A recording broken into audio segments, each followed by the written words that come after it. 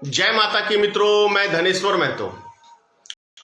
मोदी जी का आतंक, जंगल राज कहे देश के अंदर पूरी तरह से हावी है तो कोई गलत नहीं मैं कह रहा हूं, क्योंकि दिल्ली के आप पार्टी के मनीष सिसोदिया की गिरफ्तारी और रिमांड पे लेना, यह समझ लीजिए कि भारत के प्रधानमंत्री श्री नरेंद्र मोदी को देश में शिक्षा व्यवस्था बेहतर नहीं चाहिए, देश में विकास नहीं चाहिए, देश में अमन शांति नहीं चाहिए। ये तीनों चीज का देश में स्वास्थ्य नहीं बेहतर चाहिए। ये चारों चीज का ये सरकार दुश्मन है। गरीब सुखी से ना खा सके, इसके लिए मोदी सरकार ने कमर तोड़ देश में महंगाई किया है और देशवासियों को बेतहाशा टैक्स लगा के उनको लूटने का काम इस हिटलर की सरकार ने जो किया है, उससे पूरे देशवासियों की कमर की हड्डी तोड़ के, रीढ़ की हड्डी तोड़ के रख दिया है। आप देखिए, मनीष सिसोदिया शिक्षा मंत्री, अमेरिका जैसा देश, वहां की मीडिया तारीफ कर रही है भारत की कि शिक्षा व्यवस्था दिल्ली में बहुत बेहतर हुई है। दिल्ली के एक एक नागरिक से आप पूछे, गरीब मजदूर से पूछे, तो वो सब के सब खुश हैं। लेकिन नहीं, गरीब मजदूरों की खुशी मोदी को बर्दाश्त नहीं है। मोदी को खुशी अपनी बर्दाश्त है, भाजपाइयों की बर्दाश्त मतलब है, और अडानी की पसंद है, मुकेश अंबानी की पसंद है। मतलब ये 4-5 कुछ उद्योगपति और भारतीय जनता पार्टी के नेता ये खुश रहे और पूरा देश यदि रोए, हर विपक्षी पार्टी रोए, तो मोदी ठहाके लगाता ऐसा, यानी कि रावण, कंस का राज, दुर्योधन का राज भारत के अंदर स्थापित मोदी जी चाहते हैं। मोदी जी का वैसे भी घर परिवार नहीं है, तो ये खुद तो सुखी, सिंगल एक मरे हुए मुर्दे के समान अकेले ही तो पड़ा रहता है मोदी। क्या है इसका? इसमें यह समझता है कि मैं स्वर्ग में वास कर रहा हूं। अरे अकेले रहने वाला आदमी किस काम का? ना मां का, ना बाप का, ना घर वाली का, ना जात बिरादरी वालों का, किसी का नहीं बन के रहा मोदी। इसीलिए हर देश के नागरिक से इसको भीतर से नफरत है। देखना नहीं चाहता ये देश की जनता को सुखी रहे, संपन्न रहे, देश हमारा खुशहाल हो। वो कहावत आपने सुनी है ना, मुंह में राम राम बगल में छुरी। तो मोदी के मुख में तो देशवासी जरूर आते हैं, राष्ट्र जरूर आता है, लेकिन राष्ट्र की कैसे फाड़ता है, राष्ट्रवासियों की कैसे वाट लगाता है, ये हम सब देख रहे हैं। तो दिल्ली का विकास मोदी सरकार को पसंद नहीं है, भारतीय जनता पार्टी को पसंद नहीं है। लेकिन आपको अडानी का घोटाला, क्या मजाल है कोई बोल दे उसके ऊपर? यह है चोरों की, डकैतों की सरकार, भारतीय जनता पार्टी की सरकार। आपको पीएम केयर फंड में लोगों से चंदा मांगता है, लेकिन पीएम केयर फंड का पैसा कहां खर्च किया, यह डकैत बोलने को तैयार नहीं है। डकैत डाका डाला है पूरे देश की जनता के जेब पे, पूरे देश की जनता की संपत्ति पे। डाकू है, डाकू मोदी, डाके डालता है, मीठी जुबान बोल के लोगों का ध्यान कहीं और लगाता है और उसके बाद सीधा उसकी जेब, जैसे एक जेब कतरा भी हाथ की सफाई दिखाता है, तो मोदी भी हाथ की जुबान की सफाई दिखाता है।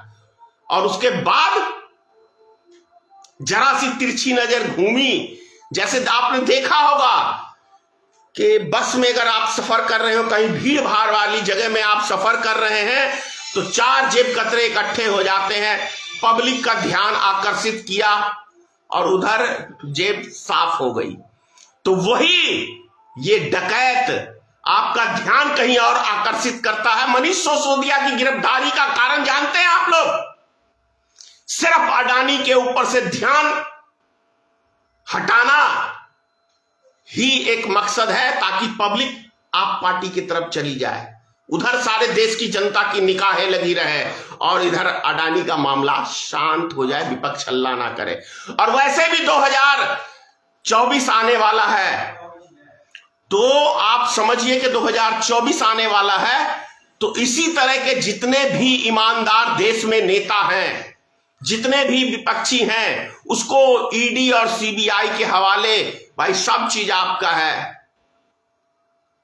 अंदर करो और चुनाव जीतो। क्योंकि ये बाहर रहेंगे तो खतरा है ना भारतीय जनता पार्टी को, क्योंकि किस मुद्दे पे जाएंगे ये? भाई देश को लूटा भारतीय जनता पार्टी ने, लूट के अडानी के खजाने में जमा किया भारतीय जनता पार्टी ने, देश का सारा गरीब मजदूरों का पैसा लूट के 5 स्टार होटल जैसे हर जिले के अंदर भारतीय जनता पार्टी ने एक कार्यालय खोला। कहां से आया? इनके नाना दादा का पैसा था, हम जनता का पैसा, 5 स्टार होटल जैसा पार्टी कार्यालय, और हम जनता का पैसा लूट के बैंकों का लोन पहले दो अपने मित्रों को, फिर उस लोन को माफ कर दो, फिर दोबारा कर्जा दो अपने मित्रों को, फिर अपने ही देश की संपत्ति बेच दो अपने मित्रों को। सोचिए, जरा समझिए, भारतीय रेल भारत सरकार का, उसका मालिक किसको बनाया? अडानी को। एयरपोर्ट भारत सरकार का, उसका मालिक किसको बनाया? अडानी को। यानी भारत सरकार के नुमाइंदे नौकरी कर रहे हैं अडानी का, भारत सरकार नौकरी कर रही है अडानी का। ये देश के लिए नहीं जी रहे हैं, ये अडानी के लिए जी रहे हैं और अडानी को बचाने के लिए जी रहे हैं। 150 लाख करोड़ रुपया ये LIC का और SBI बैंकों का पैसा अभी डूब चुका है। लेकिन कितनी ईमानदार मोदी की सरकार है कि एक जांच का आदेश इतने बड़े कांड का नहीं दे रही है, और जिसका कोई कांड ही नहीं हुआ, जिसके ऊपर कोई कुछ हुआ ही नहीं, उसको जेल में उठा के उसके रिमांड ले रहा है, जबरदस्ती उससे उगलवाएगा डंडे मार मार के। समझ रहे हैं आप लोग? जिस भारतीय जनता पार्टी के नेता को आप देख लो, 5 साल के लिए सांसद बना है तो 100 गुनी उसके पास संपत्ति मिलेगी, उस पर जांच नहीं बिठाएगा। सारे विपक्षी, और भी विपक्षी कब तक?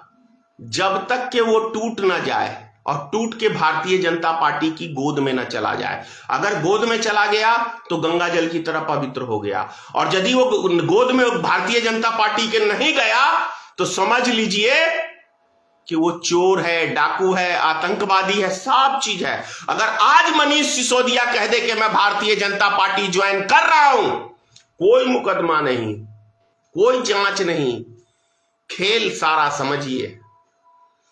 देश के नेताओं को, विपक्षी पार्टी के कद्दावर नेताओं को भय दिखाना ही एक मकसद है, और उसको डैमेज करना मकसद है, ताकि ये ना हम पे हावी हो सके। क्योंकि यदि 2024 में भारतीय जनता पार्टी की सरकार नहीं बनती है तो ये समझ लीजिए मोदी खुद को गोली मार लेगा, या विदेश भाग जाएगा, या आत्महत्या कर लेगा। क्योंकि जितना घोटाला मोदी के शासनकाल में इस 9 वर्षों में हुआ है, 75 साल में किसी ने नहीं लूटा जितना इस बे औलाद ने लूटा है देश को। और लूट के किसको दिया है? अडानी को। वरना सोचिए, कोरोना वायरस के समय में सारा देश लॉकडाउन में बंद है, और 1000 गुना, लाख गुना अडानी की संपत्ति बढ़ी है। तो पीएम केयर फंड में जितना पैसा मोदी ने इकट्ठा किया, वो सारा पैसा अडानी के लिए किया, क्योंकि उसको नंबर 1 उद्योगपति दुनिया का बनाना था। यह मकसद था नरेंद्र मोदी का। जय हिंद। और लास्ट में एक ही बात कहूंगा, मनीष सिसोदिया जी की गिरफ्तारी इस देश के विकास और शिक्षा की दिशा में जो उन्होंने योगदान दिया है, उसको बर्बाद करने का एक बहुत बड़ा षड्यंत्र है कि हमारे गरीब के बच्चे देश में ना पढ़े लिखे, अनपढ़ गवार रहे, जाहिल रहे और जय श्री राम का, आरएसएस का झंडा ढोए। जय हिंद।